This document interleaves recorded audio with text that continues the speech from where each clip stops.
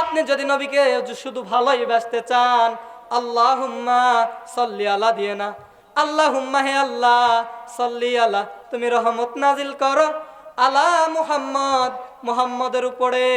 সঙ্গে সঙ্গে প্রশ্ন দিচ্ছেন যে আমি যে রহমত নাজিল করব মুহাম্মদের উপরে, মুহাম্মদটা কে?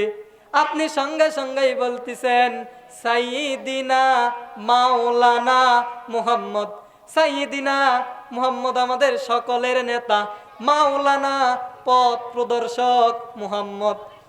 তাহলে তার পথ অনুযায়ী তো আপনাকে চলতে হবে।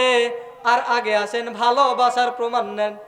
হযরতে আবু বকর বিশ্ব নবী যখন মক্কা থেকে হিজরত করবে, মদিনায় যখন হিজরত করবেন, হিজরত করার 6 মাস আগে হযরতে আবু বকরকে ডাক দিয়ে বললেন, আবু বকর, আমি মক্কা থেকে মদিনায় হিজরত করতে পারি। আবু বকর তুমি তৈরি থেকো, আমি তোমাকে সঙ্গে নিতেও পারি। বিশ্ব নবী বলেন নাই যে আমি তোমাকে সঙ্গে নেব, আমি তোমারে সঙ্গে নিতে পারি, এতটুকুই বলেছিলেন বিশ্বনবী।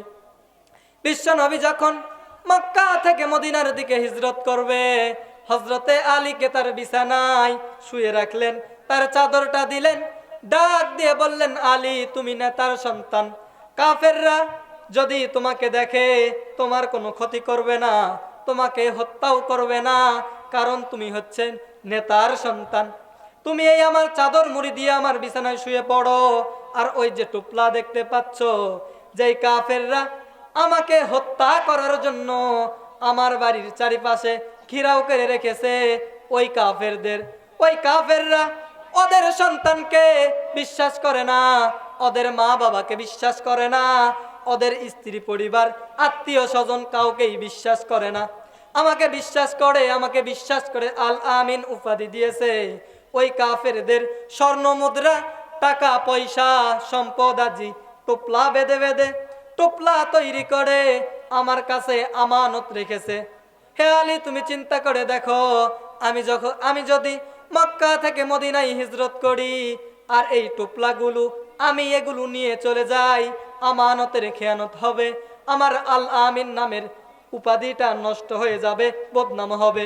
হে আলী তোমারে আমি 3 দিন সময় দিলাম, 3 দিনের ভেতরে ওই কাফেরদেরকে টোপলাগুলো বুঝিয়ে দিয়ে তুমি মক্কা থেকে মদিনায় আসবা।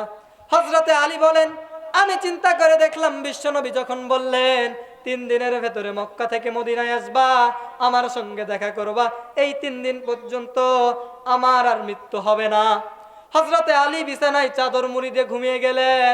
হযরতে জিবরাইল বিশ্ব নবীকে বললেন, নবীজি সূরা ইয়াসিনের কয়েকটা আয়াত তিলাওয়াত করে সামনের দিকে ফিকে মারেন, আর দেখেন কি অবস্থা হয়। বিশ্ব নবী সূরা ইয়াসিনের কয়েকটা আয়াত তিলাওয়াত করে এক মুষ্টি বালি নিয়ে সামনের দিকে ফিকে মারলেন। আল্লাহ রাব্বুল আলামিন নিজে দায়িত্ব নিয়ে কাফেরদের চোখে পৌঁছিয়েছেন। বিশ্ব নবী বের হয়ে চলে গেলেন হযরতে আবু বকরের বাড়িতে, গিয়ে নক করলেন, আসসালামু আলাইকুম। সঙ্গে সঙ্গে হযরতে আবু বকর সঙ্গে সঙ্গে সালামের উত্তর দিয়ে দিলেন, লাব্বাইক ওয়া সাউদাইক ইয়া রাসূলুল্লাহ, আমি উপস্থিত। সঙ্গে সঙ্গে নবীজি বললেন, আবু বকর আমি শুধু একটা বার তোমাকে ডাক দিয়েছি আর তুমি সঙ্গে সঙ্গে খুলে দিলে দরজা। হে আবু বকর তুমি কি ঘুমাও নাই? হযরতে আবু বকর বললেন, নবীজি আপনি 6 মাস আগে বলেছিলেন যে আবু বকর আমি মক্কা থেকে মদিনায় হিজরত করতে পারি, তোমার সঙ্গে নিতে পারি। আপনি যদি আমাকে সঙ্গে নিতে চান, আপনি এসে আমার দরজায় বারবার আবু বকর আবু বকর বলে ডাক দেবেন। হযরতে আবু বকর যদি ঘুমিয়ে থাকে, বিশ্বনবী বারবার এসে আমাকে ডাক দেবে, আর আবু বকর ঘুমাবে, কাফের মুশরিকরা মক্কার কাফেররা আপনাকে ধরে ফেলবে। হে নবী আপনাকে যেন ধরতে না পারে, আপনি এসে যেন আমাকে ডাক দিয়ে বারবার কষ্ট না পান যে আবু বকরের কেন দেরি হচ্ছে। আপনি যেদিন আমাকে বলেছিলেন আবু বকর তোমার সঙ্গে নিতে পারি, ওই দিন থেকে আজ পর্যন্ত